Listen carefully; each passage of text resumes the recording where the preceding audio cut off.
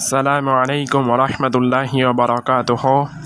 বিসমিল্লাহির রহমানির রহিম। আলহামদুলিল্লাহি রাব্বিল আলামিন ওয়াসসালাতু ওয়াসসালামু আলা রাসূলিল্লাহি ওয়া আলা আলিহি ওয়া আসহাবিহি আজমাইন, আম্মা বাদ। পর্ব 1। রহমান আরশের উপর উঠেছেন।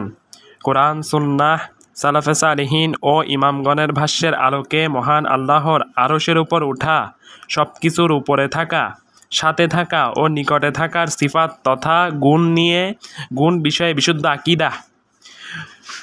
লেখক professor doctor Abu Bakr Mohammad Zakaria, CW, Ilm publications. রহমান আরশের উপর উঠেছেন।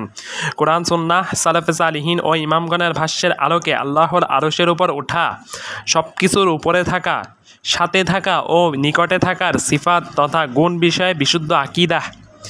গ্রন্থনা: professor doctor Abu Bakr Mohammad Zakaria, Al Fiqh and legal studies বিভাগ, ইসলামী বিশ্ববিদ্যালয়, কুষ্টিয়া, CW, ইলম পাবলিকেশনস।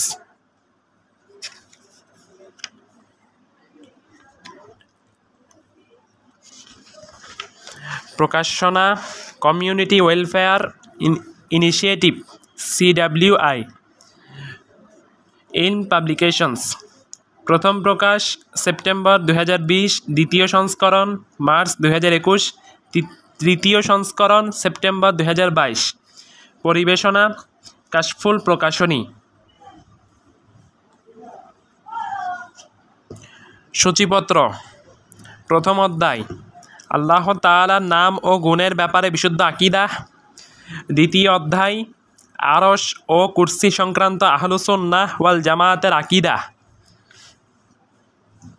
তৃতীয় অধ্যায় আল্লাহ তাআলা কর্তৃক ইস্তাওয়া আলাল আরশ তথা আরশের উপর ওঠার প্রমাণ।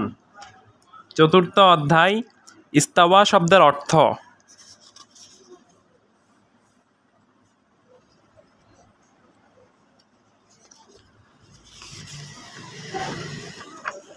পঞ্চম অধ্যায় আল্লাহ তাআলার আরশের উপর ওঠা ও আরশের উপরে থাকা, এর সপক্ষে আরও কিছু পরোক্ষ প্রমাণ।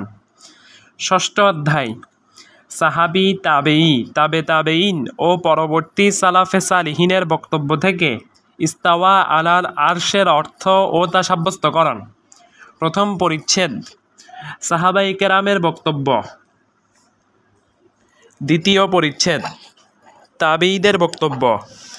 তৃতীয় পরিচ্ছেদ তাবেঈগণের বক্তব্য।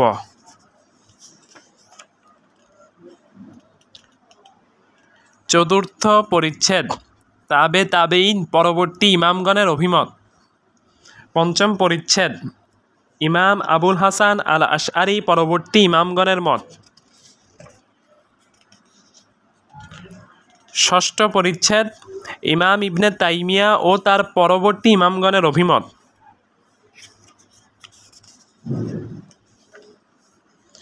সপ্তম অধ্যায় আল্লাহ তাআলার আরশের উপর থাকা ও সাথে থাকা। অষ্টম অধ্যায় আরশের উপর থাকা ও নিকটে থাকা। নবম অধ্যায় আল্লাহ তাআলার আরশের উপর থাকা ও নিকটতম আসমানে অবতরণ করা। দশম অধ্যায় ইস্তাওয়া আলাল আরশ এর অর্থে ভিন্ন মতাবলম্বী ও তাদের যুক্তির সংক্ষিপ্তাকারে খণ্ডন। শেষ কথা।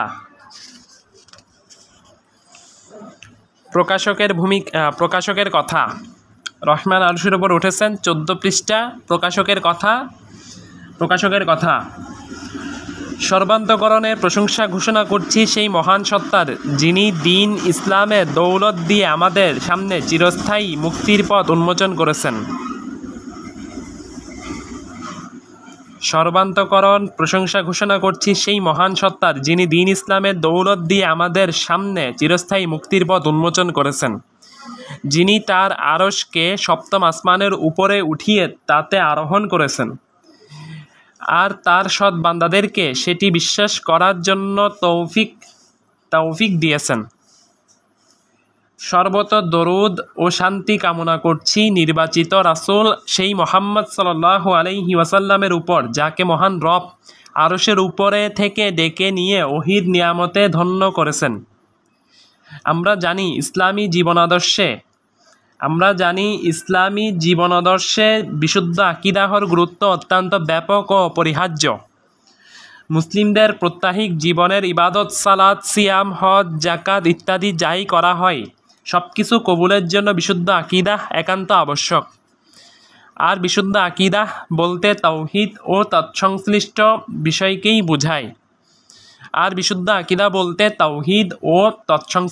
বিষয়কেই বোঝায়। বিশ্বনবী মুহাম্মদ সাল্লাল্লাহু আলাইহি ওয়াসাল্লাম নবুয়ত প্রাপ্তির পর মাক্কি জীবনে সালাত ফরজ হওয়ার পূর্ব মুহূর্ত পর্যন্ত একাধারে 10টি বছর শুধুমাত্র তাওহীদ তথা আল্লাহর একাত্মবাদের দাওয়াত দিতেন। পরবর্তীতে মাদানী জীবনেও তাওহীদের প্রচার প্রসারের প্রতি সর্বাধিক গুরুত্বারোপ করেছেন। তাওহীদ মানেই হচ্ছে আল্লাহর সত্তার নাম, গুণ, কর্ম ও অধিকার সম্পর্কে সম্যক জ্ঞান লাভ। তন্মধ্যে প্রথমেই আসে আল্লাহ তাআলার সত্তার নাম ও গুণ সম্পর্কে জানা। আল্লাহর আরশের উপর ওঠা এ আকীদাহটি এ 3টি অংশের সাথেই ওতপ্রোতভাবে জড়িত। আল্লাহর সত্তার নাম ও গুণ সম্পর্কে জ্ঞান থাকলেই আকীদাহর বাকি বিষয়গুলো জানা সহজ হয়, নতুবা অন্ধকারে হাতড়ে বেড়ানোর মতো অবস্থা হয়। প্রকাশিতব্য এই গ্রন্থ রহমান আরশের উপর উঠেছেন, এতে বাংলাদেশের অন্যতম ইসলামিক স্কলার, দেশবরেণ্য আলেম, সহস্রাধিক গ্রন্থের রচয়িতা ও সম্পাদক প্রফেসর ডক্টর আবু বকর মোহাম্মদ জাকারিয়া হাফিজাহুল্লাহ আল্লাহর আরশের উপর ওঠা এ আকীদাহটি হাজারো গ্রন্থ থেকে মুক্ততুল্য তথ্যাবলী দিয়ে অলঙ্কৃত করে সাধারণ পাঠকদের জন্য বিশদভাবে তুলে ধরেছেন। কাব্যের ভাষায় বলতে গেলে এ যেন শব্দের পরতে পরতে তথ্যের সমাহার, যা পাঠে কেটে যাবে অজানায় হাতড়ে বেড়ানো আধার। আমরা গ্রন্থটি প্রকাশ করার সুযোগ পেয়ে অত্যন্ত খুশি। এজন্য মহান আল্লাহ তাআলা শুকরিয়া আদায় করার পাশাপাশি গ্রন্থকার থেকে শুরু করে এটি মুদ্রণযোগ্য হয়ে আসার কর্মপরম্পরায় যারা সময় ও মেধা ব্যয় করেছেন সকলের জন্য আরশে আজিম এর মালিকের কাছে সর্বোত্তম যা প্রার্থনা করছি। পরিশেষে একটি প্রার্থনা, হে আরশের অধিপতি, আপনি এই গ্রন্থটিকে আমাদের সকলের হিদায়াতের মাধ্যম বানিয়ে দেন, আমিন। রহমান আরশের উপর উঠেছেন। 15 পৃষ্ঠা। ভূমিকা। আল্লাহর প্রশংসা করছি যিনি তার আরশকে সপ্তম আসমানের উপরে উঠিয়েছেন। আল্লাহর প্রশংসা করছি যিনি তার আরশকে সপ্তম আসমানের উপর উঠিয়েছেন, তার সৎ বান্দাদের অন্তরকে সেটা বিশ্বাস করার জন্য উপযোগী করে দিয়েছেন। আমি সাক্ষ্য দিচ্ছি যে তিনি ব্যতীত আর কোনো সত্য ইলাহ নেই। তিনি তার আরশের উপরে উঠেছেন এবং সেখানেই আছেন। আমি আরও সাক্ষ্য দিচ্ছি যে মুহাম্মদ সাল্লাল্লাহু আলাইহি ওয়াসাল্লাম তার রাসূল। আরশের উপর থেকে তিনি তার নবীকে ডেকে নিয়েছেন এবং তার কাছে সেখান থেকে ওহী প্রেরণ করেছেন। আল্লাহ তাআলা আমাদেরকে যেসব বড় বড় নিয়ামত প্রদান করেছেন তার মধ্যে অন্যতম হচ্ছে তিনি আমাদের জন্য তার দ্বীনকে পূর্ণ করে দিয়েছেন, আকীদাহকে স্পষ্ট করে দিয়েছেন এবং শরীয়তকে প্রতিষ্ঠিত করেছেন। দ্বীনের মধ্যে যা কিছুর প্রয়োজন আমাদের হবে সেসবই তিনি নিজে বর্ণনা করেছেন, রাসূলের জবানিতে ব্যাখ্যা করে জানিয়েছেন। কোনো সন্দেহ নেই যে সবচেয়ে বড় ও মর্যাদাপূর্ণ জ্ঞান হচ্ছে আকীদা বিষয়ক জ্ঞান। আর আকীদা বিষয়ক জ্ঞান বলতে সেই জ্ঞানকে বোঝায় যা আল্লাহ তাআলার সাথে সম্পৃক্ত।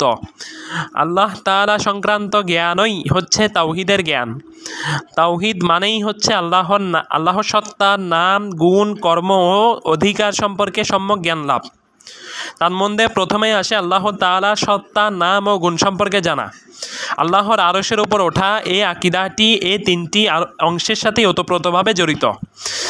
আল্লাহর সত্তার নাম ও গুণ সম্পর্কে জ্ঞান থাকলেই আকীদাহর বাকি বিষয়গুলো জানা সহজ হয়, নতুবা অন্ধকারে হাতড়ে বেড়ানোর মতো অবস্থা হয়। এখানে কয়েকটি নিরেট সত্য কথা আমাদের জানা থাকতে হবে। 1. সহিহ আকীদাহর বিষয়টি কোরআন ও সুন্নাহয় বিস্তারিত এসেছে।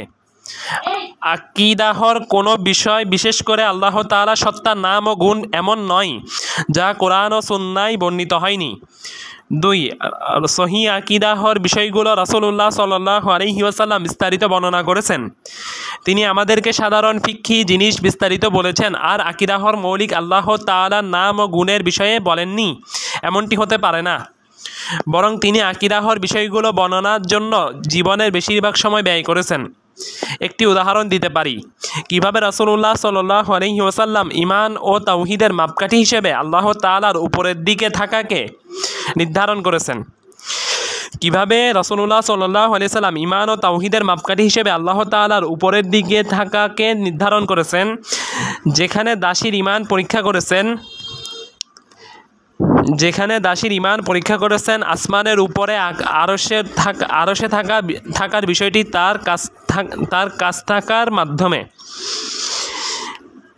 ইমাম যাহাবি বলেন, দাসীকে মুক্ত করার হাদিস থেকে 2টি জিনিস জানা যায়। 1, মুসলিমের জন্য এটা প্রশ্ন করা শরীয়তসম্মত যে আল্লাহ কোথায়। 2, যাকে প্রশ্ন করা হয়েছে তার জন্য উত্তর দেওয়া বৈধ যে আসমানের উপরে। যাহাবি আল উলু পৃষ্ঠা 28। 3, সাহাবায়ে কেরাম রাদিয়াল্লাহু আনহুম আকিদাহর বিষয়গুলো বিস্তারিত বুঝতেন। তারা আল্লাহর নাম ও গুণকে ভালোভাবেই জানতেন। সেজন্য আমরা দেখতে পাই যে রাসূলুল্লাহ সাল্লাল্লাহু আলাইহি ওয়াসাল্লাম তাদেরকে জানিয়েছেন সিফাতকে ভালোবাসা আল্লাহ তাআলার ভালোবাসা পাওয়ার মাধ্যম ও জান্নাতে যাওয়ার কারণ। হাদিসে এসেছে, আয়েশা রাদিয়াল্লাহু আনহা বলেন, রাসূলুল্লাহ সাল্লাল্লাহু আলাইহি ওয়াসাল্লাম এক সাহাবীকে কোনো এক অভিযানের জন্য আমির করে পাঠালেন। তিনি সালাতে তার সাথীগণকে নিয়ে কোরআন পড়তেন, কিন্তু তিনি কিরাতের সমাপ্তি টানতেন সূরা কুল হুয়াল্লাহু আহাদ দিয়ে। অতঃপর তারা যখন অভিযান থেকে ফিরে আসলেন তখন সাহাবীগণ সেটা নবী সাল্লাল্লাহু আলাইহি ওয়াসাল্লামকে জানালেন। রাসূলুল্লাহ সাল্লাল্লাহু আলাইহি ওয়াসাল্লাম বললেন, তাকে জিজ্ঞেস করো কেন সে উক্ত কাজটি করত। তখন তারা তাকে জিজ্ঞেস করলে সে বলল, কারণ এটি রহমানের গুণ আর আমি এটা দিয়ে সালাত পড়তে পছন্দ করি। তখন নবী সাল্লাল্লাহু আলাইহি ওয়াসাল্লাম বললেন, তাকে জানিয়ে দাও যে আল্লাহ তাকে ভালোবাসেন। সহিহ বুখারী হাদিস 7375, সহিহ মুসলিম হাদিস নং 813। অপর হাদিসে এসেছে, আনাস ইবনে মালিক রাদিয়াল্লাহু আনহু বলেন, আনসারগণের এক লোক তাদের নিয়ে মসজিদে কুবাতে ইমামতি করতেন। তিনি যখনই কোনো সূরা দিয়ে সালাত শুরু করতেন, যা দিয়ে সালাত পড়া হয়, তখনই তিনি প্রথমেই কুল হুয়াল্লাহু আহাদ সূরা দিয়ে শুরু করতেন, তারপর তা শেষ করতেন। তারপর এর সাথে অন্য আরেকটি সূরা পড়তেন, আর তিনি সেটা প্রতি রাকাতেই করতেন। তার সাথীরা এ ব্যাপারে তার সাথে কথা বললে তারা বলল, তুমি এ সূরা ইখলাস দিয়ে শুরু করো, তারপর এটা তোমার জন্য যথেষ্ট হবে মনে করো না, যতক্ষণ না তুমি তার সাথে অন্য সূরা মিলাচ্ছ। হয় তুমি এটা দিয়েই সালাত পড়ো, নতুবা এটাকে ছেড়ে দাও এবং অন্য কোনো সূরা দিয়ে সালাত পড়ো। তখন সে বলল, আমি সেটা ছাড়তে পারবো না। যদি তোমরা পছন্দ করো যে আমি এভাবে তোমাদের সালাতের ইমামতি করব, তাহলে তা করব, নতুবা আমি তোমাদের ছেড়ে যাব। আর তারা মনে করত সে তাদের মধ্যে উৎকৃষ্ট, আর সে ব্যতীত অন্য কেউ তাদের ইমামতি করবে সেটা তারা অপছন্দ করত। অতঃপর তারা নবী সাল্লাল্লাহু আলাইহি ওয়াসাল্লামের কাছে এসে তাকে বিষয়টি সম্পর্কে সংবাদ দিলে তিনি বললেন, হে অমুক, তোমার সাথীরা তোমাকে যা করতে বলে তা করতে তোমাকে কিসে নিষেধ করলো, আর কিসে তোমাকে প্রতি রাতে এই সূরা পড়তে বাধ্য করলো? সে বলল, আমি এই সূরাটিকে পছন্দ করি। রাসূলুল্লাহ সাল্লাল্লাহু আলাইহি ওয়াসাল্লাম বললেন, এই সূরার প্রতি ভালোবাসা তোমাকে জান্নাতে প্রবেশ করিয়েছে। সহিহ বুখারী পরিচ্ছেদ 2 সূরা একত্রে পড়া, 1 খণ্ড 154 পৃষ্ঠা, তিরমিজি হাদিস নং 2901, তিরমিজি হাদিস নং 2101। 4, সাহাবায়ে কেরাম রাদিয়াল্লাহু আনহুম আকিদাহর মিশন নিয়েই দাওয়াতে বের হয়েছিলেন। সাহাবায়ে কেরাম রাদিয়াল্লাহু আনহুম আকীদাহর মিশন নিয়েই দাওয়াতে বের হয়েছিলেন। তারা নিছক ফিকহি মাসালা নিয়ে বের হননি। তারা যদি আল্লাহ তাআলা সম্পর্কে না জানতেন তবে দাওয়াত কিসের দিকে দিলেন? তারা যেখানেই গিয়েছেন সেখানেই সব কিছুর আগে আকীদাহর দাওয়াত দিয়েছেন, কারণ রাসূলুল্লাহ সাল্লাল্লাহু আলাইহি ওয়াসাল্লাম তাদেরকে এই নির্দেশই দিয়েছেন। মুআয ইবনে জাবাল রাদিয়াল্লাহু আনহুকে ইয়ামানে পাঠানোর সময় যা নির্দেশ দিয়েছিলেন তা এর উপর প্রমাণবহ। 5. সাহাবায়ে কেরাম রাদিয়াল্লাহু আনহুম দর্শন তত্ত্ব জানতেন না, কিন্তু তারা তাওহীদ জানতেন, আকীদাহ জানতেন। আল্লাহর জন্য কি সাব্যস্ত করা যাবে আর কি সাব্যস্ত করা যাবে না তা তারা ভালো করেই জানতেন, আর তারা তা বলেও গেছেন। তারা কেউই কঠিন দর্শন তত্ত্ব নিয়ে আলোচনা করতেন না। তারা কোরআন ও সুন্নাহ থেকেই তাদের যাবতীয় আকীদাহ গ্রহণ করেছেন এবং সে অনুযায়ী দাওয়াত দিয়েছেন। কোরআন ও সুন্নাহর ভাষ্যসমূহ থেকে হেদায়েত নেওয়ার ব্যাপারে তাদের মধ্যে কোনো সমস্যা হতো না হলেও তারা রাসূলুল্লাহ সাল্লাল্লাহু আলাইহি ওয়াসাল্লামকে জিজ্ঞেস করতেন, তারপর তাদের মধ্যকার বিজ্ঞজন থেকে জেনে নিতেন। সে বিজ্ঞজনেরা জগতের সকল মুসলিমের মাথার উপর শিক্ষক হিসেবে ছিলেন, আছেন এবং থাকবেন। যতক্ষণ ফিতনা প্রকাশিত না হতো ততক্ষণ সাহাবায়ে কেরাম তা নিয়ে আলোচনা করতেন না। বিস্তারিত আলোচনা না করার অর্থ কখনো না জানা নয়। তাদের কাছে এগুলো এতই স্পষ্ট ছিল যেমন দিন স্পষ্ট থাকে রাত থেকে। কিন্তু যখন এই বিভ্রান্তি দেখা গেছে তখনই তারা এ বিষয়ে সতর্ক করেছেন, বিস্তারিত আলোচনা করেছেন। সর্বপ্রথম আকীদাগত ফিতনা ছিল তাকদীর সম্পর্কে। সাহাবায়ে কেরাম এ বিষয়ে আলোচনা করতে সামান্যও কমতি করেননি। ইমাম আউজাই তা বলেছেন, লারেকাই শারহু উসুলি ইতিকাদি আহলি সুন্নাতি ওয়াল জামাআহ নং 1398, ইবনে বাত্তা আল ইবানা 2 খণ্ড 414 পৃষ্ঠা। এখন কেউ যদি বলে যে রাসূলুল্লাহ সাল্লাল্লাহু আলাইহি ওয়াসাল্লাম তাকদীরের মাসালা বলে যাননি কিংবা সাহাবায়ে কেরাম তাকদীর বুঝতেন না, তাহলে তারা অবশ্যই উম্মতের সর্বোত্তম ব্যক্তিদেরকে মূর্খ সাব্যস্ত করলেন। বস্তুত তারা আকীদাহ যথাযথভাবে বুঝেছেন, সবাই আকীদাহতে একমত ছিলেন। অতঃপর যখন আকীদায় ভিন্ন কিছু প্রকাশ পেয়েছে তখনই তারা সেটার বিরুদ্ধে নিজের সর্বশক্তি নিয়োগ করেছেন। যেমনভাবে তাবিঈগণের যুগ পর্যন্ত আল্লাহ তাআলার নাম ও গুণের ব্যাপারে আকীদাহ তার সঠিক পথেই চলছিল। ইতোমধ্যে জাদ ইবনে দিরহাম ও তার ছাত্র জাহাম ইবনে সাফওয়ান আল্লাহ তাআলার নাম ও গুণের ব্যাপারে তাদের ভ্রান্ত আকীদা বিশ্বাস প্রচার করতে থাকে। ইবনে তাইমিয়া মাজমু ফাতাওয়া 5 খণ্ড 20 পৃষ্ঠা। তখন এই উম্মতের কান্ডারি তাবিঈ ও তাবেঈগণ তাদের সর্বশক্তি দিয়ে তা প্রতিহত করতে সচেষ্ট হয়। তাদের বিরুদ্ধে উম্মতের সচেতন সবাই তখন কঠোরভাবে পর্বতসম বাধা হয়ে দাঁড়ায়।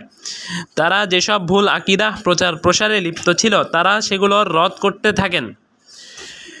6. বস্তুত তাবিঈগণ সাহাবীগণের পদাঙ্কে চলে দুনিয়া থেকে চলে গেছেন। আকীদাহ বিষয়ে তারা তাদের বক্তব্য বলে গেছেন। তারা বারবার জাহমি আকীদা ও তাদের পরবর্তী মুতাজিলাদের আকীদাহর বিরোধিতায় গ্রন্থ রচনা করেছেন, উম্মতকে সাবধান করে গেছেন। তারপরও দেখা যায় জাহমিয়া ও মুতাজিলাদের অনুসারীরা ভিন্ন মত ও পথে উম্মতের বিশুদ্ধ আকীদাহ বিশ্বাসে সমস্যা তৈরি করে। তারা কোরআন ও হাদিসের জায়গায় কখনো বিবেকের যুক্তিকে আবার কখনো তথাকথিত দর্শনশাস্ত্রের নতুন মোড়কে মুসলিমদের মাঝে উপস্থাপন করে। তখন উম্মতের আলেমগণ সহিহ আকীদাহর বাহকগণ গ্রন্থ রচনা করে লোকদেরকে তা থেকে সাবধান করে। রহমান আরশের উপর উঠেছেন 18 পৃষ্ঠা ভূমিকা। 7. এরপর আসে তাবেঈগণ। তাদের সময় বাতিলের জয়কার শুরু হয়ে যায়। তখন ছিল হেদায়েতের ইমামগণের যুগ।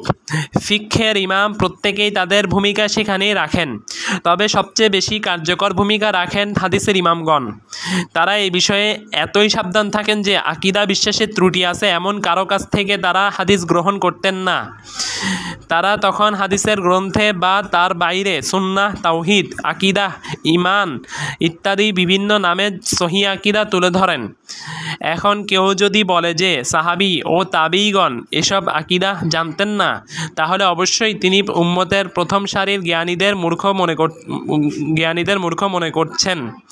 এর জন্য তিনি নিজেই দায়ী। সোনালী মানুষগুলোর প্রচেষ্টার মূল্যায়ন সামান্যও কম হবে না। আর পরবর্তীকালের আলেম, মুহাদ্দিস, মুফাসসির সর্বদা মানুষদেরকে সহিহ আকিদাহর দিকে আহ্বান জানিয়েছেন। তারা সালাফে সালিহিনের আকিদা তুলে ধরার পাশাপাশি ভ্রান্ত আকিদাহর উৎস সম্পর্কেও সাবধান করেছেন। কিন্তু এই সময় সবচেয়ে বড় সমস্যা হয় উম্মতের মধ্যে কালামশাস্ত্র নামে একটি বিভ্রান্ত মানহাজের ব্যাপক বিস্তৃতি। যারা জাহমিয়া, মুতাজিলাদের রেখে যাওয়া আকিদা বিশ্বাসের নীতির উপর তাদের প্রাসাদ নির্মাণ করে। আকিদাহর ক্ষেত্রে কোরআন ও সুন্নাহর কথা বাদ দিয়ে বিবেকের যুক্তিকে শুদ্ধ বিচারের ভার প্রদান করে। ফলে তারা আল্লাহর নাম, গুণ ও কর্মের ক্ষেত্রে যাবতীয় সমস্যা তৈরি করে রেখে যায়। তারাই পরবর্তীতে আশারী ও মাতুরিদি মতবাদের অনুসারীর নামে খ্যাত হয়। হেদায়েতের ইমামগণ সালাফে সালিহিনের অনুসরণ করে এসব ভ্রান্ত আকিদাহর বিরুদ্ধে কোরআন, সুন্নাহ, সালাফদের আশার নিয়ে সেটার বিরুদ্ধে দাঁড়ায়, মানুষদেরকে সাবধান করে।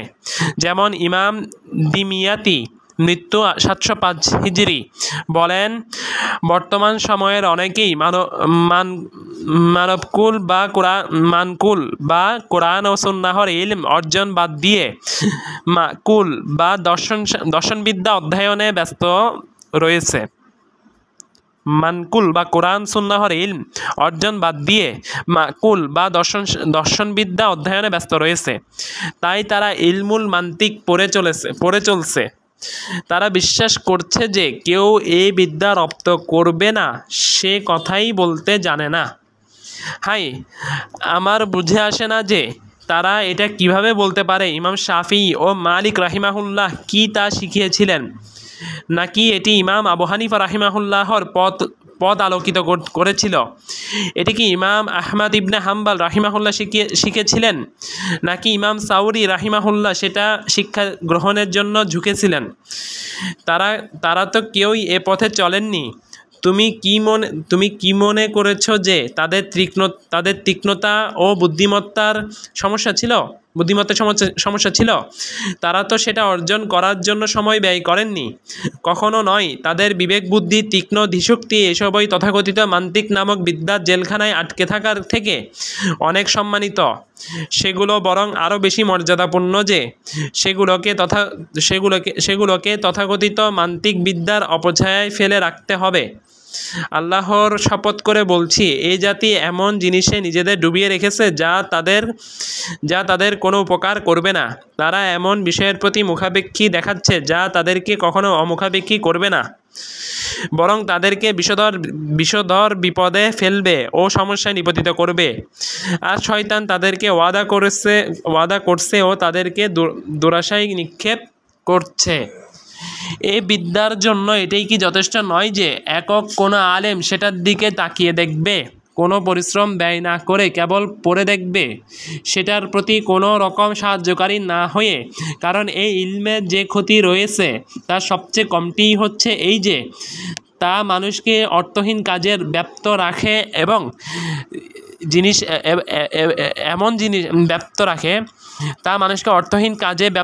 এমন জিনিসের মুখাপেক্ষী করে দেয় যা থেকে করুণাময় রব্বুল আলামিন তাকে অমুখাপেক্ষী করেছেন। অথচ এই লোকগুলো এই বিদ্যাকে করে নিয়েছে স্থায়ী ও প্রশ্নাতীতভাবে মানার বিষয়ের একমাত্র হাতিয়ার। তারা এর মধ্যে প্রচুর দৌড়ঝাঁপ করে, এটা অর্জনের জন্য জীবনের মূল্যবান সময়গুলো ব্যয় করে। মনে হচ্ছে যেন তারা হেদায়েতের প্রতি আহ্বানকারী মুহাম্মদ সাল্লাল্লাহু আলাইহি ওয়াসাল্লাম এর কথা শুনেনি। যখন কোনো একজন এ ধরনের বিদ্যার ইচ্ছা পোষণ করেছিল, তখন তিনি দেখলেন যে ওমর রাদিয়াল্লাহু আনহুকে তাওরাতের কিছু অংশ ফলকে লিখে নিয়ে হাজির হয়েছিল, আর তিনি প্রচণ্ড ক্রোধান্বিত হয়েছিলেন এবং এর ফলকে লিখে নিয়ে হাজির হয়েছিল ক্রোধান্বিত হয়েছিলেন এবং এর সংরক্ষণকারী ও বন্দোবস্তকারীকে বলেছিলেন, যদি মূসা জীবিত থাকতেন তাহলে আমার অনুসরণ ছাড়া তারও গন্তব্য ছিল না। সুতরাং সেখানে কোনো ওজরই কাজে আসেনি, অথচ সেটা ছিল এমন কিতাব যা মূসা আলাইহিস সালাম নিয়ে এসেছিলেন আলো হিসেবে। তাহলে সে গ্রন্থ বিদ্যা সম্পর্কে কি ধারণা করা যেতে পারে? তা প্রণয়ন করেছে শিরকের অন্ধকারে বিচরণকারী হোঁচট খাওয়া ব্যক্তিবর্গ, যাতে তারা মিথ্যা ও অপবাদই শুধু আরোপ করেছে। হায় আফসোস সেসব বিনষ্ট উদ্ভ্রান্ত বিবেকদের জন্য যারা দর্শনের পথভ্রষ্ট সমুদ্রে ডুবে আছে। আদ-দেহলভী আব্দুল আজিজ বুস্তানুল মুহাদ্দিসিন 10 রিপিট রহমান আরশের উপর উঠেছেন 19 পৃষ্ঠা ভূমিকা। এ বিদ্যার জন্য এটাই কি যথেষ্ট নয় যে একক কোনো আলেম সেটার দিকে তাকিয়ে দেখবে, কোনো পরিশ্রম ব্যয় না করে কেবল পড়ে দেখবে, সেটার প্রতি কোনো রকম সাহায্যকারী না হয়ে? কারণ এই ইলমের যে ক্ষতি রয়েছে তার সবচেয়ে কমটি হচ্ছে এই যে তা মানুষকে অর্থহীন কাজে ব্যপ্ত রাখে, এমন জিনিসের মুখাপেক্ষী করে দেয় যা থেকে করুণাময় রব্বুল আলামিন তাকে অমুখাপেক্ষী করেছে। অথচ এই লোকগুলো এই বিদ্যাকে করে নিয়েছে স্থায়ী ও প্রশ্নাতীতভাবে মানার বিষয়ে একমাত্র হাতিয়ার। তারা এর মধ্যে প্রচুর দৌড়ঝাঁপ করে, এটা অর্জনের জন্য জীবনের মূল্যবান সময়গুলো ব্যয় করে। মনে হচ্ছে যেন তারা হিদায়াতের প্রতি আহ্বানকারী মুহাম্মদ সাল্লাল্লাহু আলাইহি ওয়াসাল্লামের কথা শুনেনি। যখন কোনো একজন এই ধরনের বিদ্যার ইচ্ছা পোষণ করেছিল, তখন তিনি দেখলেন যে ওমর রাদিয়াল্লাহু আনহু-কে তাওরাতের কিছু অংশ ফলকে লিখে নিয়ে হাজির হয়েছিল, আর তিনি প্রচণ্ড ক্রোধান্বিত হয়েছিলেন এবং এর ফলকে লিখে নিয়ে হাজির হয়েছিল আর তিনি প্রচণ্ড ক্রোধান্বিত হয়েছিলেন এবং এর সংরক্ষণকারী ও বন্দোবস্তকারীকে বলেছিলেন, যদি মূসা জীবিত থাকতেন তাহলে আমার অনুসরণ ছাড়া তারও গন্তব্য ছিল না। সুতরাং সেখানে কোনো ওজরই কাজে আসেনি, অথচ সেটা ছিল এমন কিতাব যা মূসা আলাইহিস সালাম নিয়ে এসেছিলেন আলো হিসেবে। তাহলে সে গ্রন্থ বিদ্যা সম্পর্কে কি ধারণা করা যেতে পারে যা প্রণয়ন করেছে শিরকের অন্ধকারে বিচরণকারী হোঁচট খাওয়া ব্যক্তিবর্গ, যাতে তারা মিথ্যা ও অপবাদই শুধু আরোপ করেছে। হায় আফসোস সেসব বিনষ্ট উদ্ভ্রান্ত বিবেকদের জন্য যারা দর্শনের পথভ্রষ্ট সমুদ্রে ডুবে আছে। আদ-দেহলভী আব্দুল আজিজ বুস্তানুল মুহাদ্দিসিন 10 বস্তুত হেদায়েত পেতে হলে অনুসরণ করতে হবে কোরআন ও সুন্নাহকে, আর সেটাকে বুঝতে হবে সালাফে সালিহিনের নীতির আলোকে।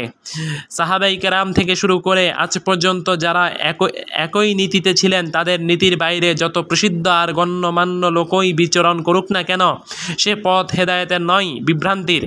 তাই আমাদের কর্তব্য হচ্ছে হেদায়েতের লোকদেরকে চিনে নেওয়া, তাদের কথাকে মূল্যায়ন করা।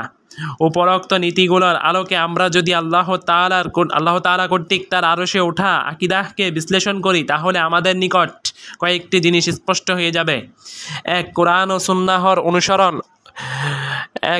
সুন্নাহর অনুসরণ করে সাহাবায়ে কেরাম আল্লাহ তাআলা কর্তৃক তার আরশের উপর ওঠা কোনো প্রকার ধরন নির্ধারণ ব্যতীত বিশ্বাস করতেন। তাদের মধ্যে এ ব্যাপারে কোনো মতপার্থক্যই ছিল না, বরং তা ছিল স্বতঃসিদ্ধ বিষয়। 2, সাহাবায়ে কেরাম আল্লাহর সিফাতের অর্থ করতেন। যেসব সিফাত তারা বুঝতেন, তারা সেগুলোকে ধাঁধা মনে করতেন না। তারা সেগুলোকে কখনো মুতাশাবিহ বা অস্পষ্ট বলতেন না। তারা আল্লাহ তাআলা কর্তৃক আরশে ওঠার বিষয়টি সাব্যস্ত করেছেন। বিভিন্নভাবে তারা সেটা ব্যক্ত করেছেন। 3, তাবিঈগণও আল্লাহ তাআলার আরশের উপর ওঠা ও আরশের উপরে থাকার বিষয়টিকে বিশ্বাস করতেন। তাদের মধ্য থেকে জাহমিয়া সম্প্রদায়ের অনুসারী মুষ্টিমেয় কিছু লোক ব্যতীত কেউ তা নিয়ে ভিন্ন মত পোষণ করেছেন প্রমাণিত হয়নি। রহমান আরশের উপর উঠেছেন 20 পৃষ্ঠা ভূমিকা। 4, তাবিঈগণের যুগ থেকে আল্লাহর গুণ অস্বীকার করার প্রবণতা ব্যাপকভাবে পরিলক্ষিত হয়। তখন মুতাজিলারা প্রায় সকল গুণই অস্বীকার করে বসেছিল। সে সময়ে মুহাদ্দিস, মুফাসসির, ফকিহ, আলিমগণের প্রায় সবাই তাদের বিরুদ্ধে কলম ধরেছিলেন। কিন্তু সংখ্যাগরিষ্ঠ ও গ্রহণযোগ্য সকল আলেমকেই আমরা দেখতে পাই যে তারা আল্লাহ তাআলার জন্য এই গুণটি সাব্যস্ত করেছেন।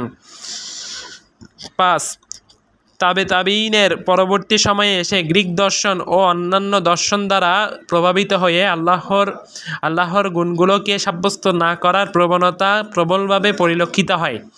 তখনও তাদের মধ্যে আল্লাহর সত্তাগত গুণগুলোকে অস্বীকার করা ব্যাপক আকারে ছিল না, যদিও তখন ইবনে কুল্লাবের আকীদা ব্যাপকভাবে প্রসারিত হওয়ায় তখনকার রহমান আরশের উপর উঠেছেন 20 পৃষ্ঠা ভূমিকা। 4 তাবেঈগণের যুগ থেকে আল্লাহর গুণ অস্বীকার করার প্রবণতা ব্যাপকভাবে পরিলক্ষিত হয়। তখন মুতাজিলারা প্রায় সকল গুণই অস্বীকার করে বসেছিল। সে সময়ে মুহাদ্দিস, মুফাসসির, ফকিহ আলেমগণের প্রায় সবাই তাদের বিরুদ্ধে কলম ধরেছিলেন। কিন্তু সংখ্যাগরিষ্ঠ ও গ্রহণযোগ্য সকল আলেমকে আমরা দেখতে পাই যে তারা আল্লাহ তাআলার জন্য এই গুণটি সাব্যস্ত করেছেন। 5 তাবেঈনের পরবর্তী সময়ে এসে গ্রিক দর্শন ও অন্যান্য দর্শন দ্বারা প্রভাবিত হয়ে আল্লাহর গুণগুলোকে সাব্যস্ত না করার প্রবণতা প্রবলভাবে পরিলক্ষিত হয়। তখনও তাদের মধ্যে আল্লাহর সত্তাগত গুণগুলোকে অস্বীকার করা ব্যাপক আকারে ছিল না, যদিও তখন ইবনে কুল্লাবের আকীদা ব্যাপকভাবে প্রসারিত হওয়ায় তখনকার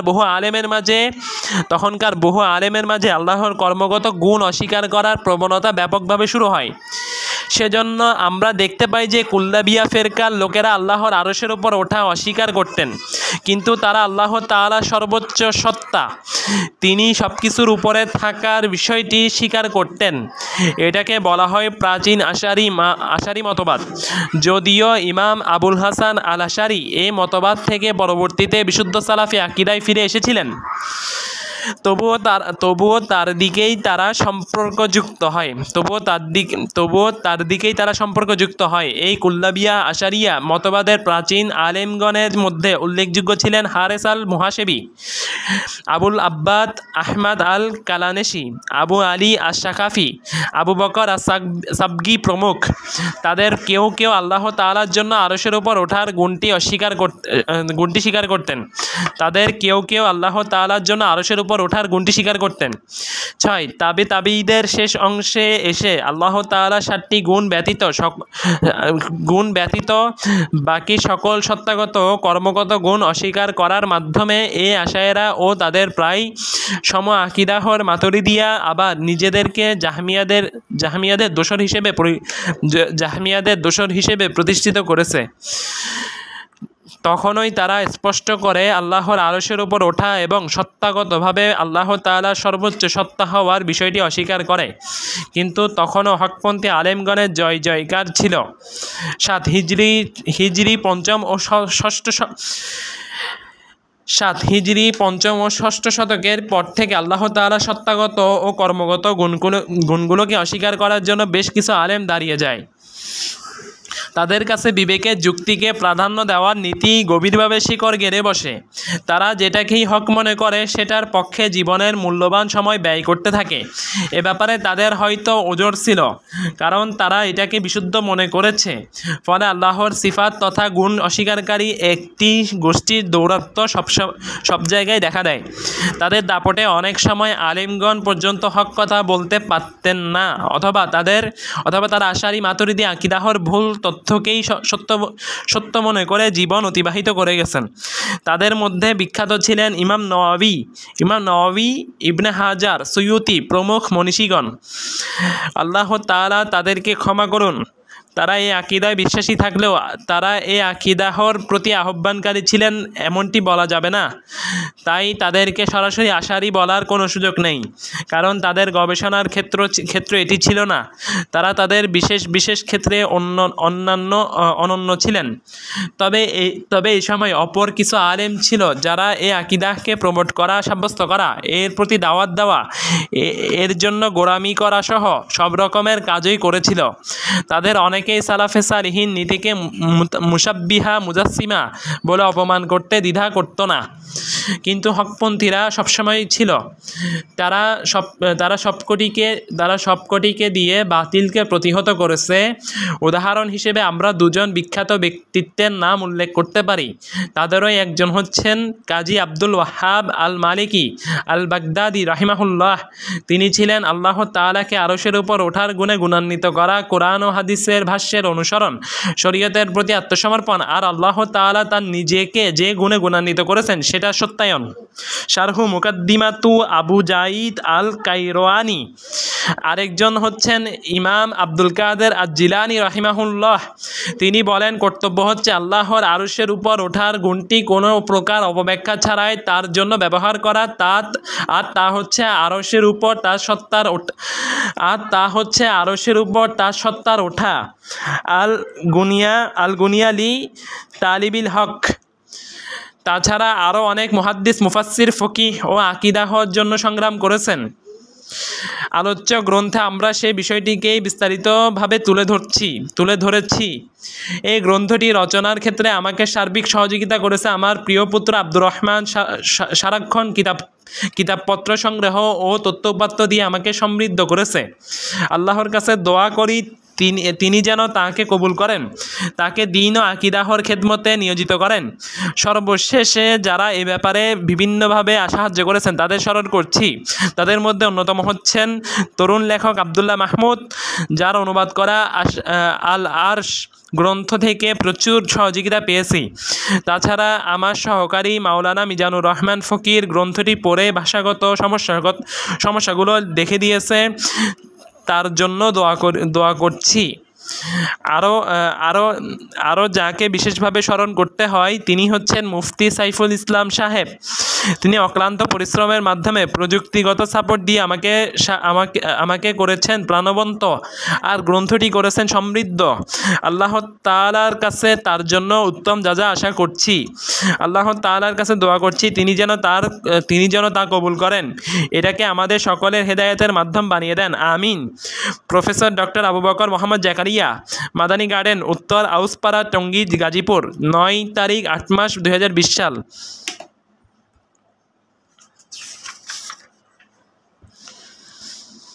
আমি সাক্ষ্য দিচ্ছি যে আমি সাক্ষ্য দিচ্ছি যে আল্লাহর ওয়াদা সত্য, আর জাহান্নাম কাফিরদের শেষ ঠিকানা, আর আরশের উপর রয়েছেন রব্বুল আলামিন, আর নিশ্চয় আরশ তা তো পানির উপর ভাসছে, আর সে আরশকে বহন করছে শক্ত সামর্থ্য আল্লাহর নিশান লাগানো ফিরিস্তাগণ। আব্দুল্লাহ ইবনে রওয়াহা রাদিয়াল্লাহু আনহু। রহমান আরশের উপর উঠেছেন। 23 পৃষ্ঠা। প্রথম অধ্যায় আল্লাহ তাআলার নাম ও গুণের ব্যাপারে বিশুদ্ধ আকীদা। প্রথম পরিচ্ছেদ ইস্তাওয়া আলাল আরশ সম্পর্কিত জ্ঞান অর্জনের প্রয়োজনীয়তা। আল্লাহ তাআলা সত্তা, নাম, গুণ, কর্ম ও অধিকার সম্পর্কে জানা ও মানা হচ্ছে দুনিয়ার সবচেয়ে বড় ইলম ও সর্বশ্রেষ্ঠ জ্ঞান। এর সাথে অন্য কিছুর তুলনা করার সুযোগ কোথায়? দুনিয়ায় যারা এসেছে তারা যদি এই জ্ঞান অর্জন না করে তাহলে সে জাহেল থেকেই যাবে। এই জ্ঞান অনুযায়ী অজ্ঞতা ও জ্ঞানের মাপকাঠি নির্ধারিত হবে। এই জ্ঞান যার কাছে যত বেশি তার কাছে তত বিশুদ্ধ, তিনি তত বড় আলেম হিসেবে বিবেচিত হবেন। কারণ এই জ্ঞান অর্জন মানেই তাওহীদের জ্ঞান অর্জন। আল্লাহর সত্তা ও কর্ম সম্পর্কে জানার অপর নাম তাওহীদুর রুবুবিয়্যাহ বা প্রভুত্বে তাওহীদ। তার নাম ও গুণ জানা, মানা ও সেগুলোর যথাযথ উপলব্ধি অন্তরে জাগরুক রাখা, সেগুলো দিয়ে তাকে ডাকাই হচ্ছে তাওহীদুল আসমা ওয়া সিফাত বা নাম ও গুণে তাওহীদ। আর তার অধিকার সম্পর্কে সচেতন থেকে একমাত্র তার জন্যই মানুষদের সব কিছু নিবেদিত হওয়ার নামই হচ্ছে তাওহীদুল উলুহিয়া বা ইবাদতে তাওহীদ। তার মধ্যে সবচেয়ে শরীফ ও তার মধ্যে সবচেয়ে শরীফ ও সম্মানিত অংশ হচ্ছে তাওহীদুল আসমা ওয়া সিফাত। আল্লাহর নেককার বান্দাগণ তার নাম ও গুণের মাধ্যমেই তার ইবাদত করে, আর এই নির্দেশই তাদেরকে দেওয়া হয়েছে। বলা হয়েছে ওয়ালিল্লাহিল আসমাউল হুসনা ফাদউহু বিহা, আল আরাফ 180। আর আল্লাহর রয়েছে সুন্দর নামসমূহ সেগুলো দিয়েই তোমরা তাকে ডাকো, সূরা আল আরাফ আয়াত 180। তার রয়েছে উত্তম সিফাত ও গুণাবলী। আল্লাহ বলেন ওয়ালাহুল মাসালুল আ'লা ফিস সামাওয়াতি ওয়াল আরদ, সূরাতুল আর রুম। আর আসমান ও জমিনে উত্তম গুণাবলী তো তারই, সূরা রুম আয়াত 27। সুতরাং যারা তার নাম ও তার গুণ সম্পর্কে সঠিক জ্ঞান লাভ করেছে তারাই রব্বুল আলামিনকে চিনতে সক্ষম হয়েছে। কারণ কোনো কিছুকে জানতে হলে হয় তাকে দেখতে হবে, যা আল্লাহর জন্য দুনিয়ার জীবনে অসম্ভব, অথবা কাউকে জানতে হলে তার মতো কাউকে দেখতে হবে, কিন্তু তার মতো তো কেউ নেই। লাইসা কামিসলিহি শাইউন ওয়া হুয়াস সামিউল বাসীর। তার মতো কোনো কিছুই নেই, তিনি সর্বশ্রোতা সর্বদ্রষ্টা, সূরা শুরা আয়াত 11। বাকি থাকলো তার সম্পর্কে প্রাপ্ত সংবাদ। আল্লাহকে জানতে হলে, তার সঠিক পরিচিতি পেতে হলে তার দেওয়া গ্রন্থ এবং তার সম্পর্কে যারা সত্য সংবাদ বাহক রয়েছেন তাদের দেওয়া সংবাদের উপরে নির্ভর করতে হবে। তিনি তার নিজের সম্পর্কে যা বলেছেন তা অবশ্যই সত্য, আর তার সম্পর্কে তার সবচেয়ে প্রিয় মানুষগুলো নবী রাসূলগণ যা বলেছেন তাই সত্য। সেগুলো কখনো কখনো কোনো ব্যক্তি বিশেষের বিবেক ধরতেও পারে, আবার নাও ধরতে পারে। কারো ব্যক্তি বিশেষের বিবেকের যুক্তি দিয়ে সেগুলোর সত্য মিথ্যা হওয়া কখনো নির্ভর করবে না। সুতরাং আল্লাহ সম্পর্কে জানতে হলে আল্লাহর কিতাব ও তার রাসূলের বাণীর উপরই নির্ভর করতে হবে। বিবেকের যুক্তিকে বলতে হবে তার সীমাবদ্ধতা আছে, সে অনেক কিছু বুঝতে সময় লাগতে পারে, কিন্তু আল্লাহ প্রদত্ত সংবাদ সত্য, আর নবী রাসূলদের দেওয়া সংবাদ সত্য। আর এই জন্যই রাসূলুল্লাহ সাল্লাল্লাহু আলাইহি ওয়াসাল্লাম রাতের বেলা যখন ঘুম থেকে উঠতেন তখনকার দোয়াই বলতেন, হে আল্লাহ, আপনি হক, আপনার কথা হক, নবীগণ হক, মুহাম্মদ সাল্লাল্লাহু আলাইহি ওয়াসাল্লাম হক। সহিহ বুখারী হাদিস নং 1120, 6317। বস্তুত আল্লাহ সম্পর্কে জানতে হলে কোরআন হাদিস নির্ভর হওয়ার বিকল্প আগেও কোনো দিন ছিল না, আর না কোনো দিন পাওয়া যাবে। সে কোরআন ও হাদিসকে জানতে হলে, কোরআন ও হাদিসের ব্যাখ্যা করতে হলে সর্বকালের সর্বজন শ্রদ্ধেয় ব্যক্তিত্বসমূহ সাহাবায়ে কেরাম ও তাদের পদাঙ্ক অনুসরণকারীদের মত ও পথ ছাড়া আর কোনো পথ থাকতে পারে না। যারাই সাহাবায়ে কেরাম ও তাদের সুন্দর অনুসারী তাবেঈ ও ইসলামে সম্মানিত ইমামগণের পথে চলবে তারাই সঠিক পথপ্রাপ্ত বলে গণ্য হবে। এ পথে চলার জন্য আমাদেরকে নবীর পক্ষ থেকে নির্দেশও প্রদান করা হয়েছে। রাসূলুল্লাহ সাল্লাল্লাহু আলাইহি সাল্লাম যখন বললেন আমার উম্মত বহুদলে বিভক্ত হবে, তখন সাহাবায়ে কেরাম জানতে চাইলেন এর থেকে বাঁচার পথ কি? রাসূলুল্লাহ সাল্লাল্লাহু আলাইহি সাল্লাম বলে দিয়েছিলেন, যার উপর আমি আছি ও আমার সাহাবীগণ আছেন। সুনানে তিরমিজি হাদিস নং 2641। তিনি তাদেরকে আল জামাহ বলে ঘোষণা করেছিলেন। আবু দাউদ হাদিস নং 4597, ইবনে মাজাহ হাদিস নং 3993। সাহাবাই কেরামের পথকে আঁকড়ে ধরতে আল্লাহ ও তার রাসূল নির্দেশ দিয়েছেন। আল্লাহ তাআলা বলেন, আর যদি তারা ঈমান আনে তোমরা যেরকম ঈমান এনেছ তবে তারা হিদায়াত প্রাপ্ত হবে। সূরা বাকারা 137 নম্বর আয়াত, অনুরূপ সূরা নিসা 115 নম্বর আয়াত, তাওবা 100 নম্বর আয়াত, সূরা ইউসুফ 108 নম্বর আয়াত, সূরা ফাতাহ 29 নম্বর আয়াত। রাসূলুল্লাহ সাল্লাল্লাহু আলাইহি সাল্লাম আমাদের জন্য তার সাহাবীগণের পদাঙ্ক অনুসরণের নির্দেশ দিয়েছেন। তিনি বলেছেন, সবচেয়ে উত্তম প্রজন্ম হচ্ছে আমার প্রজন্ম। সহিহ বুখারী হাদিস নং 2652 নম্বর হাদিস, সহিহ মুসলিম হাদিস নং 2533। তিনি আরও বলেছেন, আন-নুজুমু আমানাতুন লিস-সামাই ফাইযা যাহাবাতিন নুজুমু আতাস-সামাআ মা তুআদু ওয়া আনা আমানাতুন লিআসহাবি ফাইযা যাহাবতু আতা আসহাবি মা ইউআদুনা ওয়া আসহাবি আমানাতুন লিউম্মতি ফাইযা যাহাবা আসহাবি আতা উম্মতি মা ইউআদুন। তারকাসমূহ আকাশের জন্য নিরাপত্তা হিসেবে কাজ করছে। যখন তারকাসমূহ খসে যাবে তখন আকাশের বিপদ আসন্ন, আর আমি আমার সাহাবীদের জন্য নিরাপত্তা হিসেবে রয়েছি। আমি যখন চলে যাব তখন আমার সাহাবীদের বিপদ আসবে, আর আমার সাহাবীগণ আমার উম্মতের জন্য নিরাপত্তার কারণ।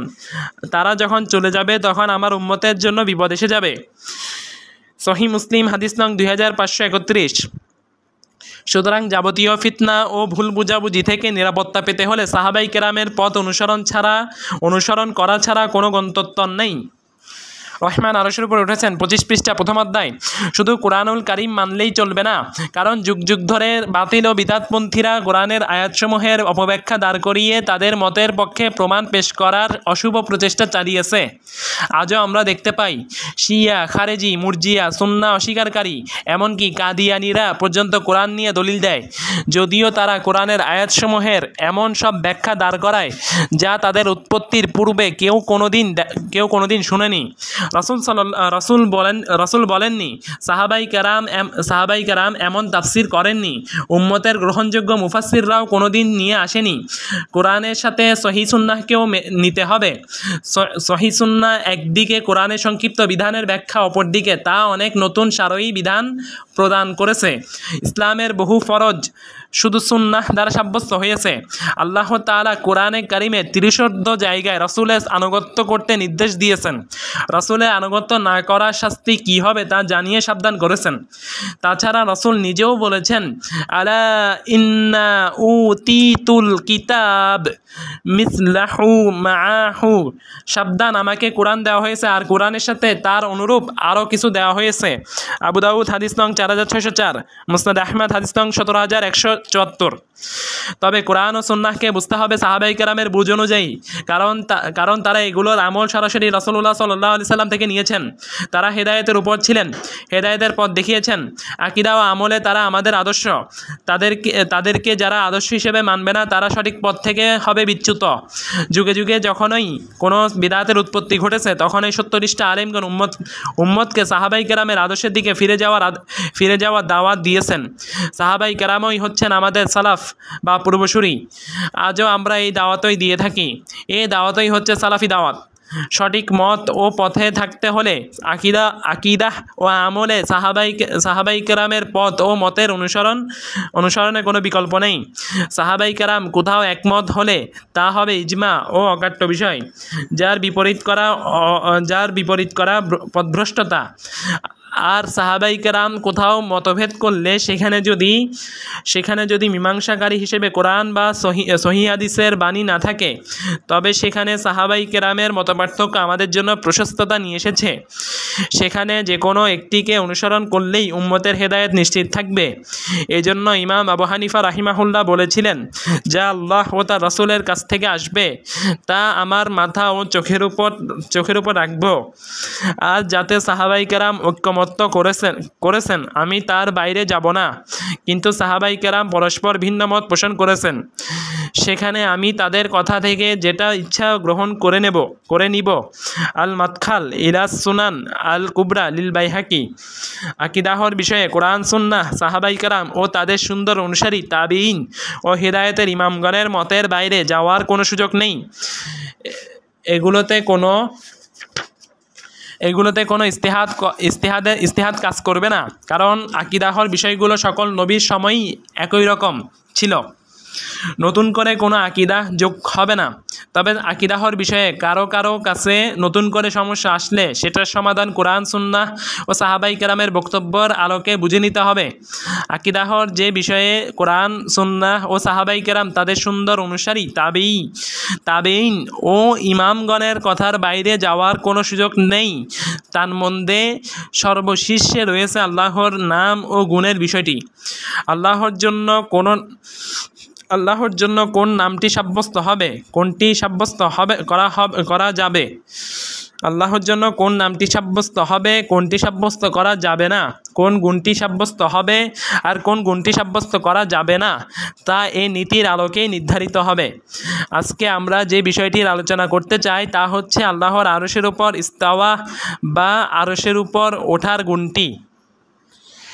রহমান আরশের উপর উঠেছেন, 27 পৃষ্ঠা, প্রথম অধ্যায়, দ্বিতীয় পরিচ্ছেদ। আল্লাহর নাম ও গুণের ক্ষেত্রে আহলুস সুন্নাহ ওয়াল জামাতের নীতি। আমরা আল্লাহর আরশের উপর ইস্তাওয়া নিয়ে আলোচনা করব, কিন্তু মূল আলোচনায় যাওয়ার আগে উত্তম হবে আল্লাহর নাম ও গুণের ব্যাপারে আহলুস সুন্নাত ওয়াল জামাতের কিছু মূলনীতি উল্লেখ করা প্রয়োজন বলে মনে করছি। আহলুস সুন্নাহ ওয়াল জামাত এ ব্যাপারে একমত যে আল্লাহর রয়েছে অনেক নাম ও অনেক গুণ। সেগুলো সাব্যস্ত হবে বেশ কিছু নীতির উপর ভিত্তি করে। আল্লাহর নামের ব্যাপারে নীতিমালাসমূহ। আল্লাহর সকল নামই অতি সুন্দর, চাই সে নামটি এক শব্দে হোক অথবা সংযুক্ত শব্দে হোক অথবা হোক পাশাপাশি কয়েক শব্দের সংমিশ্রণে। আর আল্লাহ তাআলার নামসমূহের প্রতি ঈমান স্থাপন করার বিষয়টি 3টি বিষয়কে অন্তর্ভুক্ত করে: নামের প্রতি ঈমান, নামের নির্দেশিত অর্থের প্রতি ঈমান এবং নামের চাহিদা ও দাবিকৃত প্রভাবের প্রতি ঈমান। যেমন সে বিশ্বাস করবে যে তিনি আলিম, মহাজ্ঞানী, যু ইলমুন মুহিত, অসীম জ্ঞানের অধিকারী, এবং ইউদাব্বিরুল আমরা ওয়াফাকা আলিমা, তিনি তার জ্ঞান অনুযায়ী সকল বিষয় নিয়ন্ত্রণ করেন। আমাদের রব আল্লাহ তাআলার নামসমূহ তাওফিকি বা কোরআন হাদিস নির্ভর, যা পর্যাপ্ত পরিমাণ দলিল প্রমাণ দ্বারা সাব্যস্ত। আল্লাহ তাআলার নামসমূহ দ্বারা নাম ও গুণ সাব্যস্ত করে। তবে যখন নাম বুঝায় তখন তা একই সত্তার নাম হিসেবে সামর্থ্যে, কিন্তু যখন তা দ্বারা গুণ বুঝায় তখন তার নামসমূহে নিহিত গুণসমূহ ভিন্ন ভিন্ন অর্থবোধক। আল্লাহ তাআলার নামসমূহ তার গুণাবলীর প্রতিও নির্দেশ করে, কারণ নামগুলো তার কিছু গুণাবলী থেকে নির্গত, আর তার নামের সংখ্যা 99 এর মধ্যে সীমাবদ্ধ নয় এবং তা গণনাকারীগণের গণনায় সীমাবদ্ধ করা যাবে না।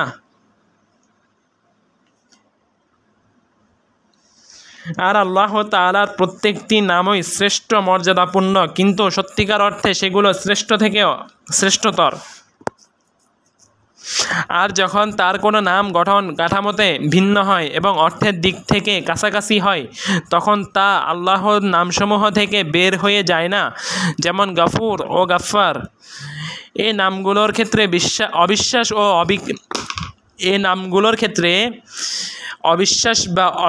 অবিশ্বাস বা বিকৃতিকরণ বলে গণ্য হবে তা সাব্যস্ত ও প্রমাণিত হওয়ার পর অস্বীকার করা, অথবা তা যা নির্দেশ করে তা অস্বীকার করার দ্বারা অনুরূপভাবে তা গঠন ও তৈরি করার ক্ষেত্রে নতুন মত প্রবর্তন করা।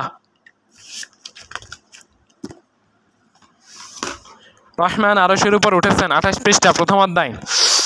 অথবা সে নামগুলোকে সৃষ্ট ব্যক্তি বা বস্তুর নাম ও গুণাবলীর সাথে উপমা দেওয়ার দ্বারা আল্লাহ তাআলা বলেন, ওয়াযারুল লাযীনা ইউলহিদুনা ফী আসমাইহি সায়ুজজাউনা মা কানু ইয়ামালুন।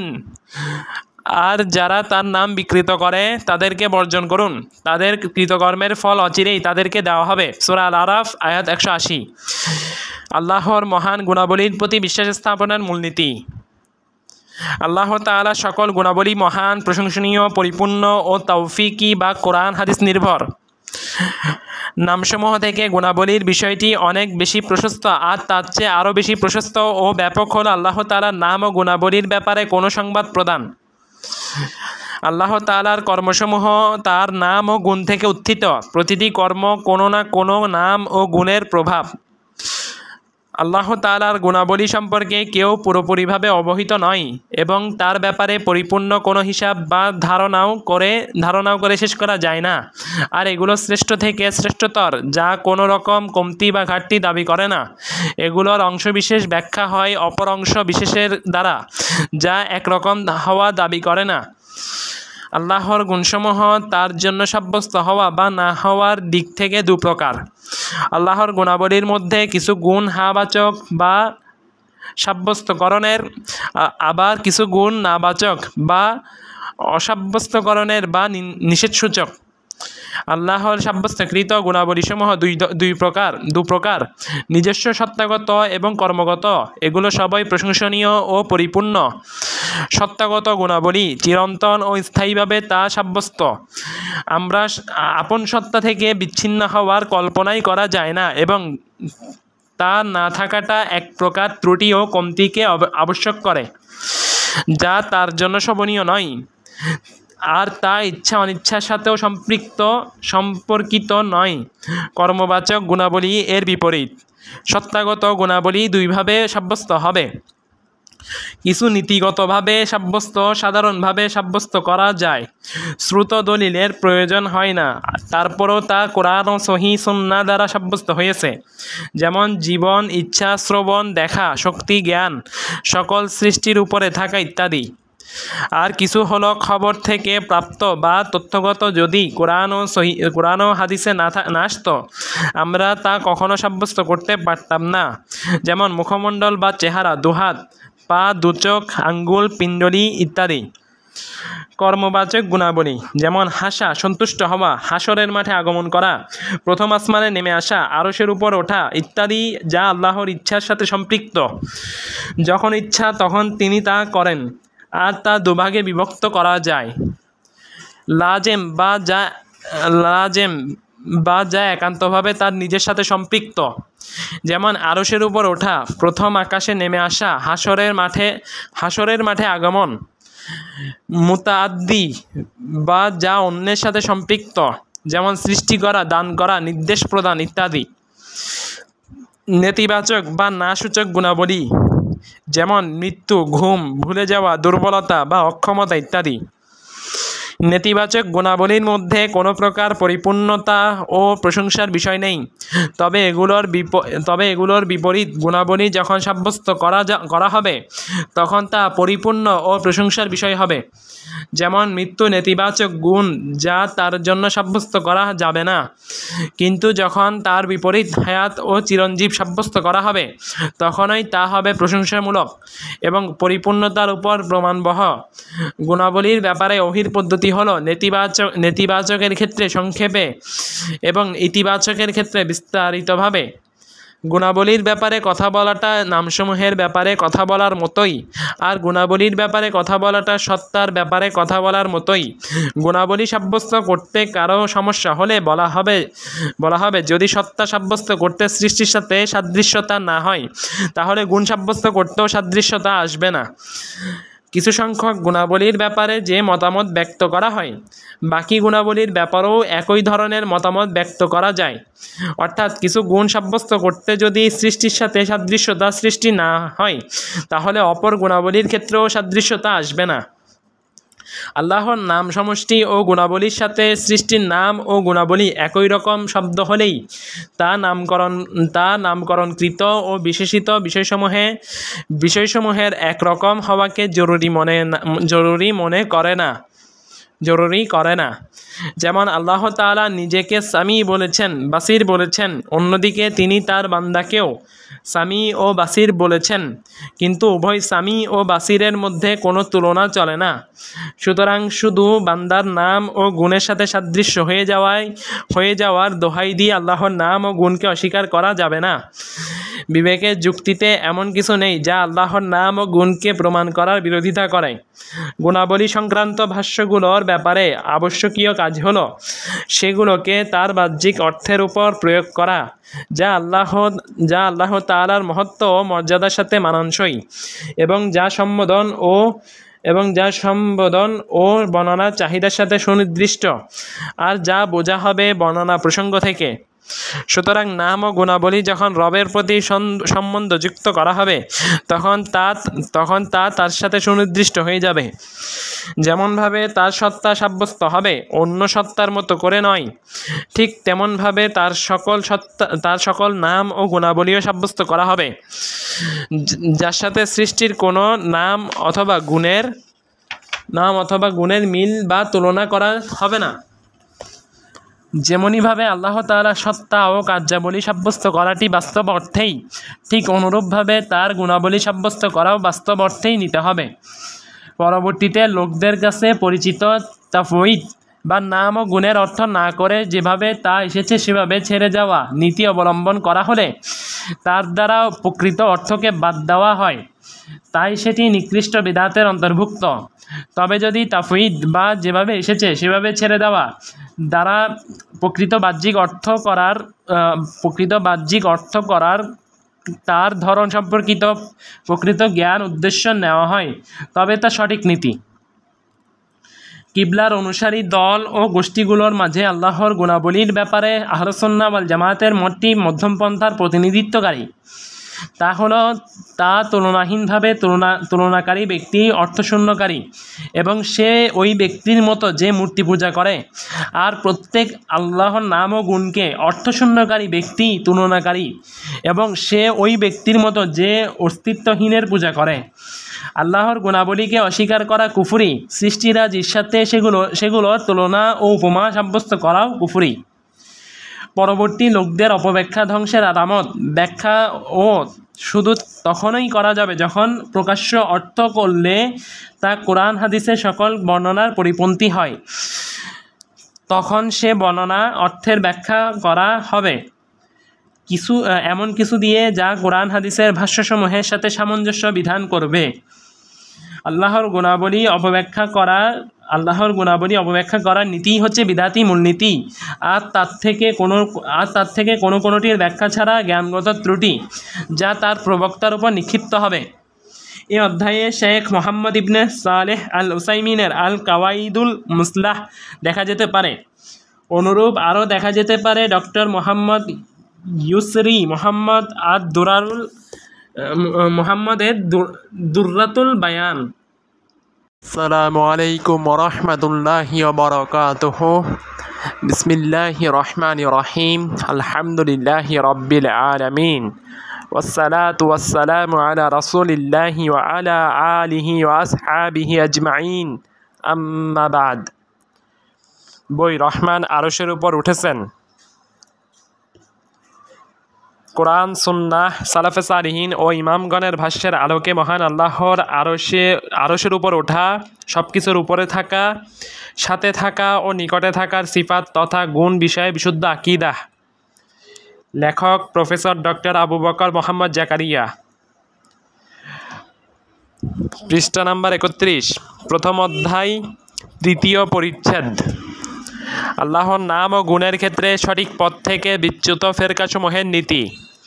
আল্লাহর নাম ও গুণের ক্ষেত্রে যেসব ফেরকাসমূহ সঠিক পথ থেকে বিচ্যুত হয়েছে তাদেরকে আমরা মৌলিকভাবে দুই ভাগ করতে পারি। প্রথম দল মুআত্তিলা বা নাম ও গুণকে অর্থশূন্যকারী সম্প্রদায়। মুআত্তিলা সম্প্রদায় দুটি শ্রেণীতে বিভক্ত।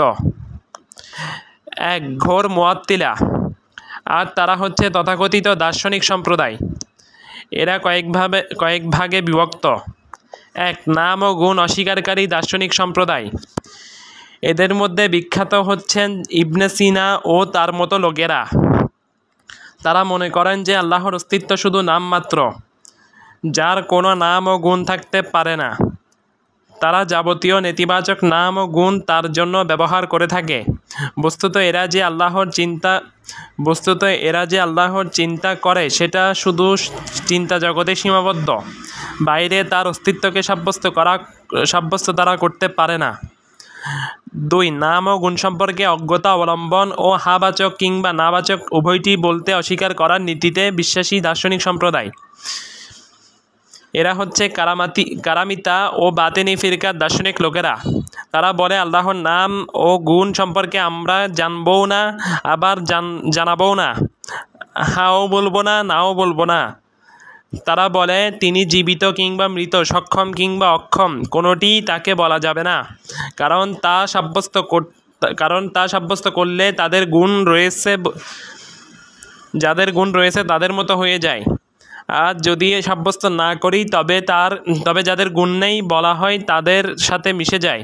সুতরাং কোনোটিই বলবো না, যাতে করে কারো সাথে সাদৃশ্য বিধান না হয়। 3. অজ্ঞেয়বাদী দার্শনিক সম্প্রদায়, যারা বলে আমরা তার ব্যাপারে কিছুই জানি না আর জানার প্রয়োজনও মনে করি না। তিনি জীবিত কিংবা মৃত এ জাতীয় কিছুই আমরা জানি না।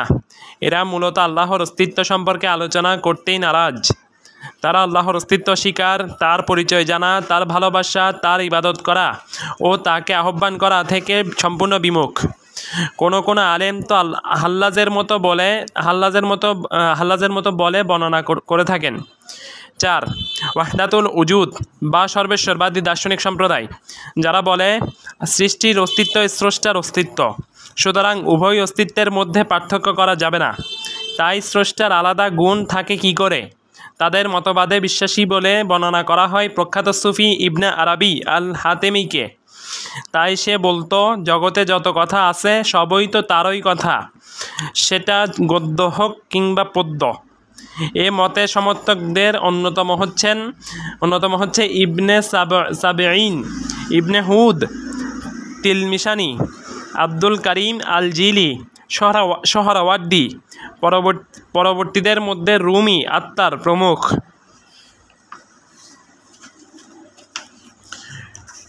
2. কিছু বা সকল নাম ও গুণ অস্বীকারী সম্প্রদায়, আর এরা হচ্ছে আহলুল কালাম বা কালামশাস্ত্রবিদ ও তাদের মতবাদে বিশ্বাসী বিভিন্ন সম্প্রদায়। তারা কয়েক শ্রেণীতে বিভক্ত। 1. জাহমিয়া সম্প্রদায়, যারা জাহম ইবনে সাফওয়ান এর অনুসারী। নাম ও গুণের ব্যাপারে তাদের মত হচ্ছে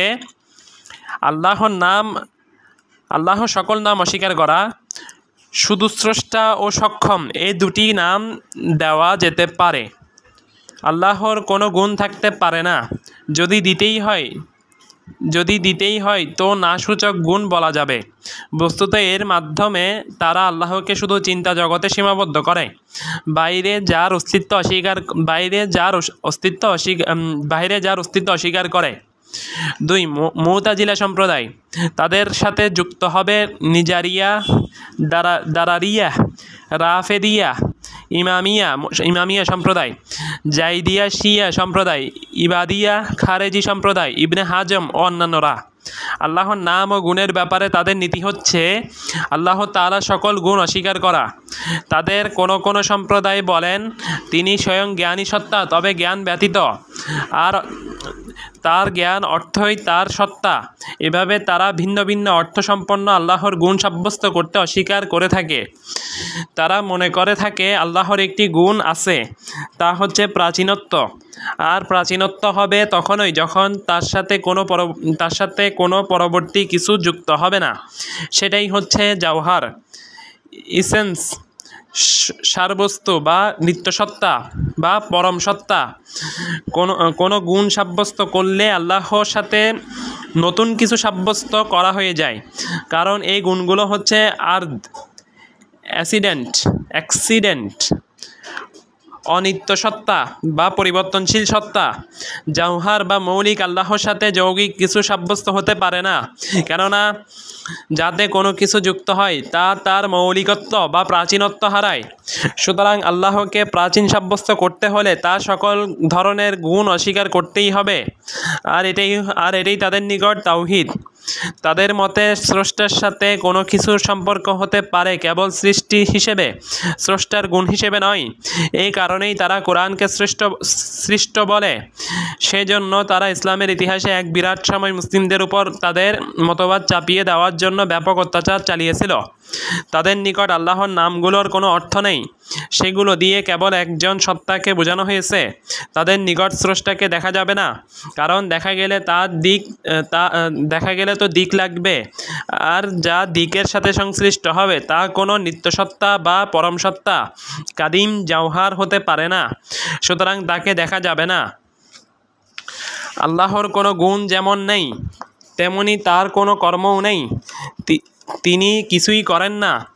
এর উপর ভিত্তি করে তাদের প্রাচীনরা বান্দার তাকদীর সম্পর্কে তাকদীর আল্লাহ কর্তৃক নির্ধারিত হওয়াকে অস্বীকার করে থাকে, আর তাদের পরবর্তীরা বান্দার তকদীরের ব্যাপারে আল্লাহর ইচ্ছা ও সৃষ্টিকে অস্বীকার করে থাকে।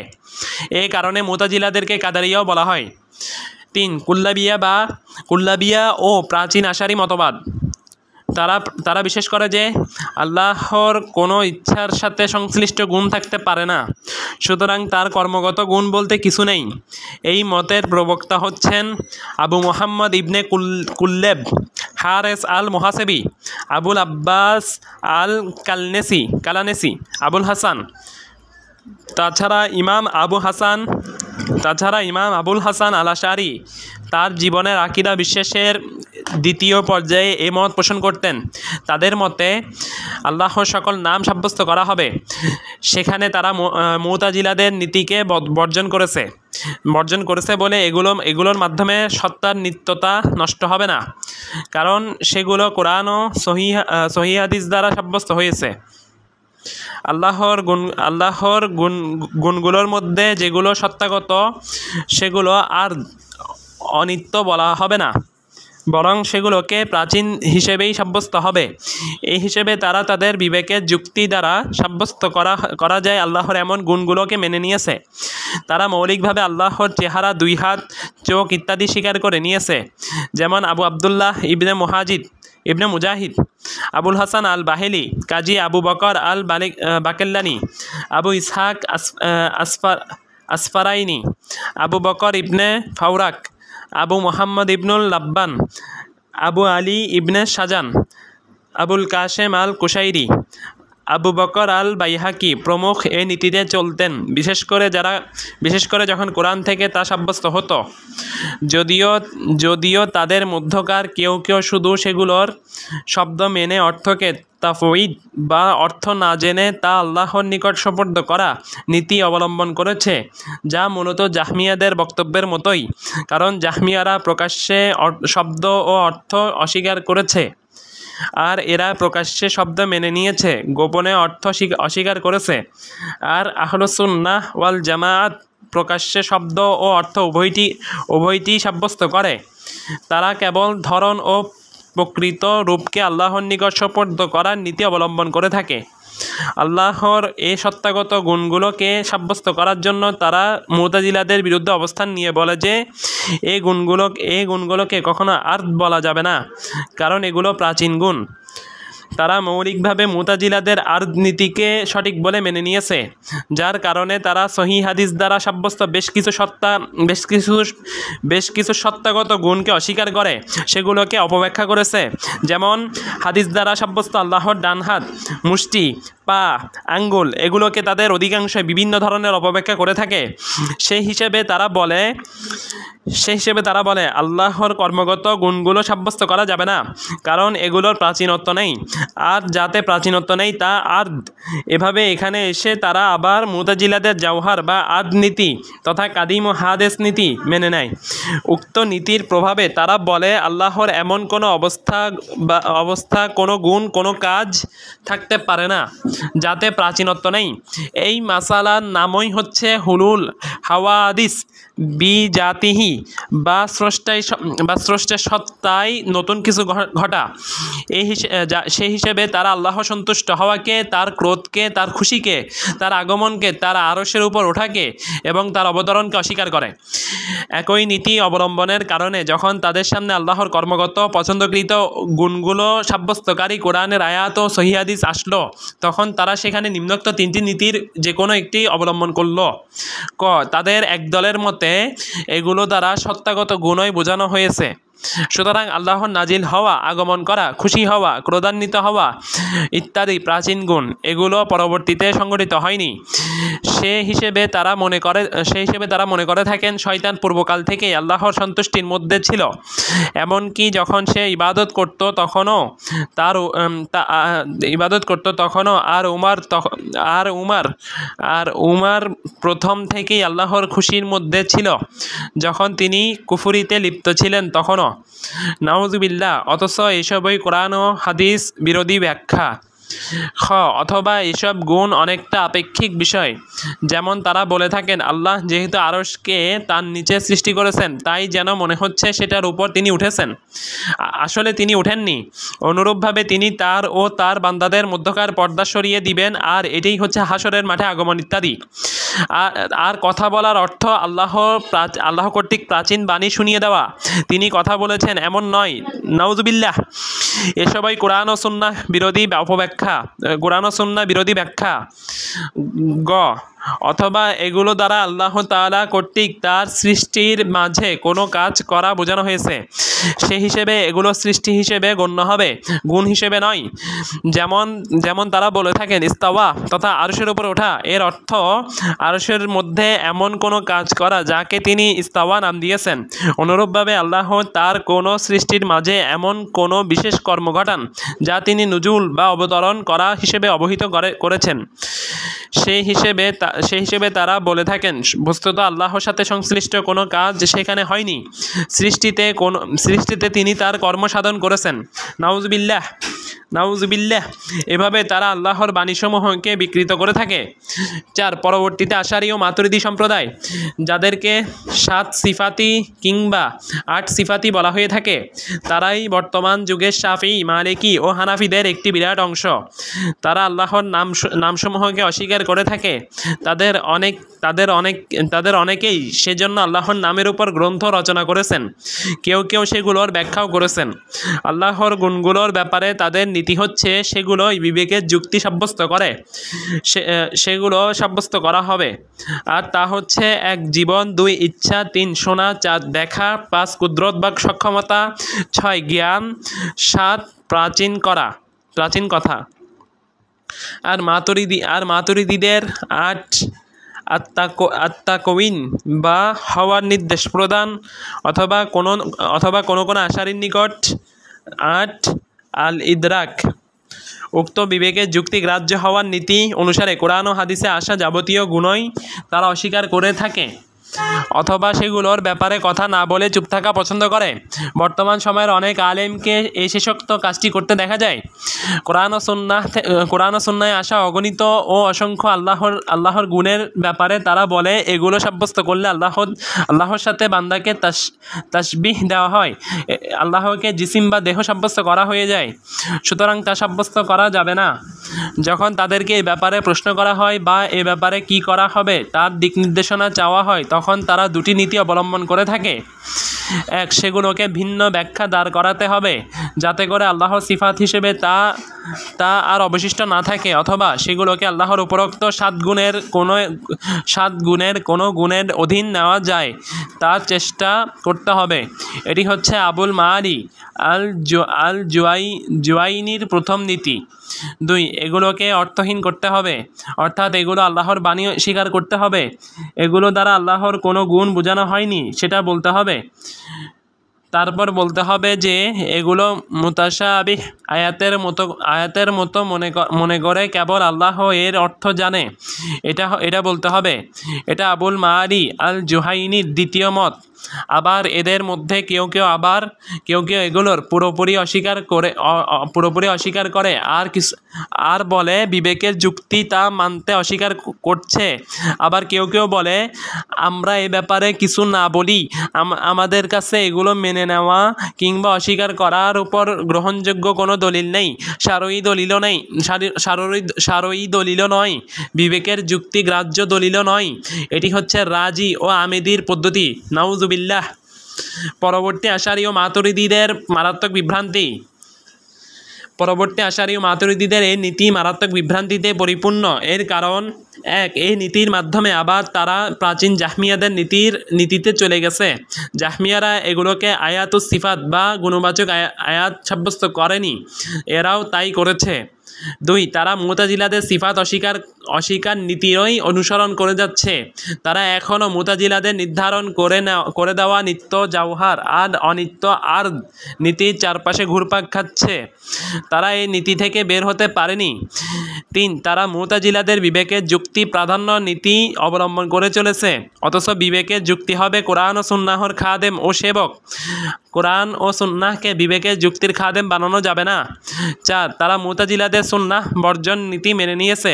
ফলে তাদের অনেক দার্শনিক যেমন ইবনুল খতিব, ফখরুদ্দিন রাজি এর মত লোকেরা হাদিস দ্বারা আল্লাহর সিফাত সাব্যস্ত করে না।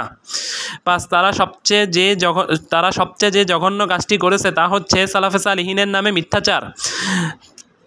তারা তাদের তাফউইদ নামক নিকৃষ্ট কর্মকাণ্ডকে সালাফে সালিহিনের নীতি বলতেও দ্বিধা করেনি, অথচ সালাফে সালিহিন তাদের এসব নীতি থেকে সম্পূর্ণ মুক্ত।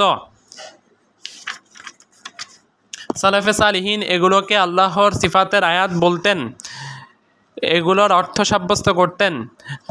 তারা এগুলোর ধরনকেই শুধু আল্লাহর দিকে সুপর্দ করতেন। তারা সাথে সাথে এটাও বলতেন এগুলো আল্লাহর জন্য যেভাবে তার সম্মান ও মর্যাদার সাথে সামঞ্জস্যপূর্ণ হবে সেভাবে আমরা সাব্যস্ত করি। সেগুলোর অর্থ সালাফে সালিহিন বর্ণনা করেছেন। এই ব্যাপারে তাদের শত শত গ্রন্থ রচিত হয়েছে। সুতরাং এগুলোকে যারা আল্লাহ সিফাত বা গুণবাচক আয়াত মানবে না, এগুলোর অর্থ যারা সাব্যস্ত করবে না, তারা যদি এই কাজকে সালাফে সালিহিনের কাজ বলে তবে তা নিঃসন্দেহে সালাফের নামে অপবাদ দেওয়া ও মিথ্যাচার করা ছাড়া আর কিছু নয়। 6 তারা সালাফে সালিহিন উক্তিসমূহের অপব্যাখ্যা করে। নিয়ম হচ্ছে যেখানে সংক্ষিপ্ত বর্ণনা এসেছে সেখানে বিস্তারিত বর্ণনার আলোকে ব্যাখ্যা করা, কিন্তু তারা বিস্তারিত বর্ণনাকে পাশ কাটিয়ে সালাফে সালিহিনের বর্ণনার অপব্যাখ্যা দাঁড় করায়। 7 কখনো কখনো তারা সালাফে সালিহিনের সূর্যের মতো স্পষ্ট বক্তব্যকে ঘোরাতে পেঁচাতে থাকে। ইমাম রাবিয়াতুর রাই ও মালিক রাহিমাহুল্লাহর বিখ্যাত বক্তব্যকেও তারা তাদের মতো করে মানুষদের বোঝাতে অহেতুক চেষ্টা করে থাকে। ইমাম রাবিয়াতুর রাই ও মালিক রাহিমাহুল্লাহর বিখ্যাত বক্তব্যকেও তারা তাদের মতো করে মানুষদের বোঝাতে অহেতুক চেষ্টা করে থাকে। 8 তারা তাদের প্রাচীন ইমামগণের মত থেকেও দূরে সরে এসেছে। তাদের প্রাচীন আলেমগণ কোরআনে আসা আল্লাহর সিফাতগুলো মেনে নিতেন, কিন্তু তারা তাও মানতে রাজি হয়নি। 9 তারা তাদের পূর্বসূরীদের বিবেকের যুক্তি নীতিকেও মানতে রাজি হয়নি। তাদের পূর্বসূরীদের মধ্যে বিখ্যাত 4 ইমামের যেসব বক্তব্য সালাফে সালিহিনের মতের পক্ষে যায় সেগুলোকে তারা হয় অস্বীকার করেছে, না হয় কিছু অংশ বিকৃত করে নিজেদের মনের মতো করে সাজিয়ে নিয়েছে, না হয় ভুল ব্যাখ্যা দাঁড় করিয়েছে, যার প্রকৃষ্ট প্রমাণ হচ্ছে ইমাম আবু হানিফা রাহিমাহুল্লাহ কর্তৃক আল্লাহ সব কিছু উপরে থাকা, আল্লাহ তার আরশের উপর থাকা, আল্লাহর হাত সাব্যস্ত করা ইত্যাদি বক্তব্যকে তারা গ্রহণ করতে পারেনি। এমন ব্যাখ্যা দাঁড় করিয়েছে যা ইমামদের অন্য বক্তব্যের সাথে পরস্পর বিরোধী হয়ে গেছে। সেখানে গিয়ে তারা একেবারে চুপ হয়ে গেছে, নাউজুবিল্লাহ। 10 তাদের ইমামগণের মধ্যে যারা কোরআন হাদিস সাহাবাই কেরাম তাবেঈগণের বক্তব্যের মতো বক্তব্য দিয়েছে তাদেরকে তারা অতি দ্রুত তাদের মাযহাব থেকে বের করে দিয়েছে, অথচ তিনি তাদের মাযহাবের পরিচিত বড় পদে আসীন ছিলেন। এর উদাহরণ হিসেবে তিনি ইমাম ইবনে আবুল ইজ আল হানাফির কথা উল্লেখ করতে পারি, যার গ্রন্থ ও ব্যাখ্যাকে তারা পাথরের উপর ছুঁড়ে ফেলার মতো কাজ করেছে। আল্লাহর কাছে দোয়া করি তিনি যেন তাদেরকে সহিহ বুঝ দান করেন, কোরআন ও সুন্নাহর আকীদাহর দিকে ফেরত দিয়ে দেন। 2য় দল মুশাব্বিহা বা সাদৃশ্য সাব্যস্তকারী সম্প্রদায়। আল্লাহর নাম ও গুণের ব্যাপারে দ্বিতীয় যে দলটি পথভ্রষ্ট হয়েছে তারা হচ্ছে মুশাব্বিহা গোষ্ঠী। তারা আল্লাহর নাম ও গুণকে সৃষ্টির নাম ও গুণের সাথে সাদৃশ্য করে বুঝে থাকে। তারা বলে আল্লাহ ও তার রাসূল তো এসব আয়াত ও হাদিস আমাদের বিবেকের যুক্তি গ্রাহ্য করেই পাঠিয়েছেন, আমরা এসব আয়াত ও হাদিসকে আমাদের বিবেকের যুক্তি অনুসারেই বুঝব। তাই বলে থাকে আল্লাহর হাত আমাদের হাতের মতো, আল্লাহর পা আমাদের পায়ের মতো, আল্লাহর চোখ আমাদের চোখের মতো। তাদের মধ্যে বিখ্যাত ছিল দাউদ আল জাওয়ারেবি আল বাসরি। এদের মধ্যে নিম্নোক্ত শ্রেণীসমূহ বিখ্যাত। প্রথম শ্রেণী প্রাচীন রাফেদি শিয়া সম্প্রদায়। প্রাচীন শিয়াদের কয়েকটি গোষ্ঠী এই মতবাদ পোষণ করত। তাদের মধ্যে বিখ্যাত ছিল এক আল বায়ানিয়া, যারা বায়ান ইবনে সামান নামক শিয়ার অনুসারী ছিল। সে বলতো যে আল্লাহ মানুষের সুরতে, তার সবই ধ্বংস হবে, তবে কেবল চেহারা বাকি থাকবে। সে একসময় নবুয়তের দাবি করেছিল। তাকে খালিদ ইবনে আবদুল্লাহ আল কাসরি হত্যা করেন। 2 আল মুগিরিয়া, যারা মুগিরা ইবনে সাইদ নামক এক শিয়ার অনুসারী ছিল। সে একসময় নবুয়তের দাবি করেছিল। সে বলতো তার রব একজন আলোর মানব যার মাথায় টুপি আছে। 3 হিশামিয়া, যারা হিশাম ইবনে হিকাম আর রাফেদির অনুসারী ছিল। তাদেরকে কখনো কখনো হিশাম ইবনে সালেম আল জাওয়ালিকির দিকে সম্পৃক্ত করা হয়। এরা দুজনাই ইমামিয়া ইসনা আশারিয়া ফেরকার লোক ছিল। আল জাওয়ারিবিয়া, যারা দাউদ আল জাওয়ারিবির অনুসারী ছিল। সে আল্লাহকে মানুষের সাথে সবকিছুতে তুলনা করত, শুধু দাড়ি আর লজ্জাস্থান ব্যতীত। 2য় শ্রেণী গোঁড়া সুফিবাদীরা। সুফিবাদীদের মধ্যে গোঁড়া অনেকে আল্লাহকে মানুষের সাথে তুলনা করে। তাদের মধ্যে বিখ্যাত হচ্ছে ইবনুল ফারেদ। সে তার তাইয়া গ্রন্থে আল্লাহকে নারীর পূর্ণরূপে বর্ণনা করেছে। অনুরূপভাবে বর্তমান সময়ে অনেকেই তার পীরকে আল্লাহ বলে থাকে। অনেকেই দাড়ি গোঁফবিহীন বালককে আল্লাহর সাথে তুলনা করে, যা অনেকের কাছে স্পষ্ট। নিঃসন্দেহে আল্লাহকে সৃষ্টিকুলের কারোর সাথে তুলনা করা যাবে না। স্রষ্টা ও সৃষ্টির মধ্যে তুলনা যারা করে তারা পথভ্রষ্ট। আল্লাহ বলেন, কুল হুয়াল্লাহু আহাদ আল্লাহুস সামাদ লাম ইয়ালিদ ওয়া লাম ইউলাদ ওয়া লাম ইয়াকুল লাহু কুফুয়ান আহাদ। বলুন, আল্লাহ এক, তিনি অমুখাপেক্ষী, তিনি জন্মগ্রহণ করেননি, আর কাউকে জন্ম দেননি, আর তার মতো কেউ নেই। সূরা আল ইখলাস আয়াত 1 থেকে 4। 3য় শ্রেণী কাররামিয়া ও তাদের মতবাদ।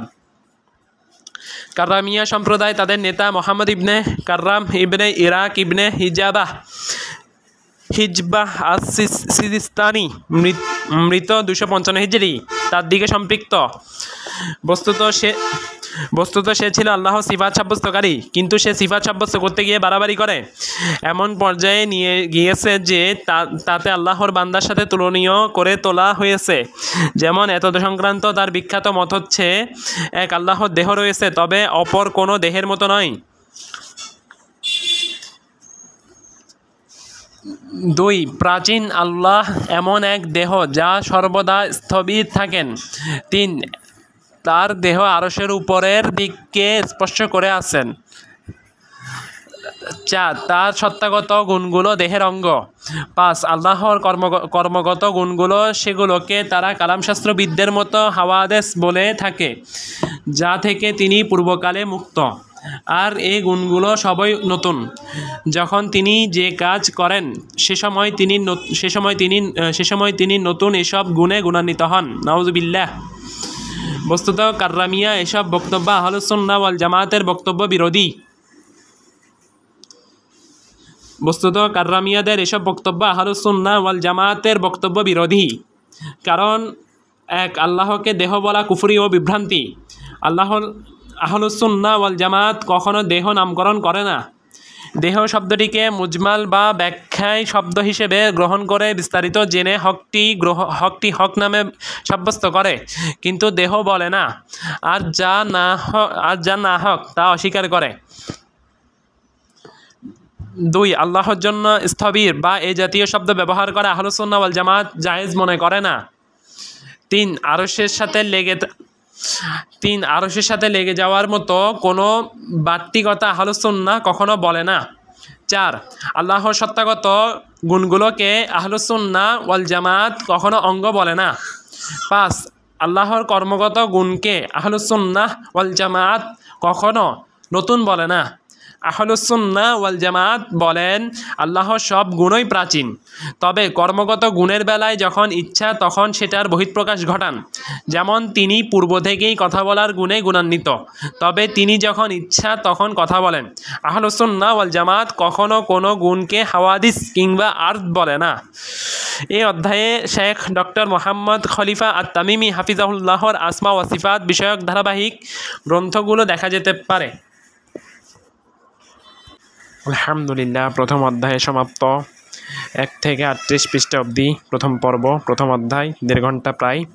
সুবহানাকাল্লাহুম্মা ওয়া বিহামদিকা আশহাদু আল্লা ইলাহা ইল্লা আনতা আস্তাগফিরুকা ওয়া আতুবু ইলাইক। আসসালামু আলাইকুম ওয়া রাহমাতুল্লাহি ওয়া বারাকাতুহু।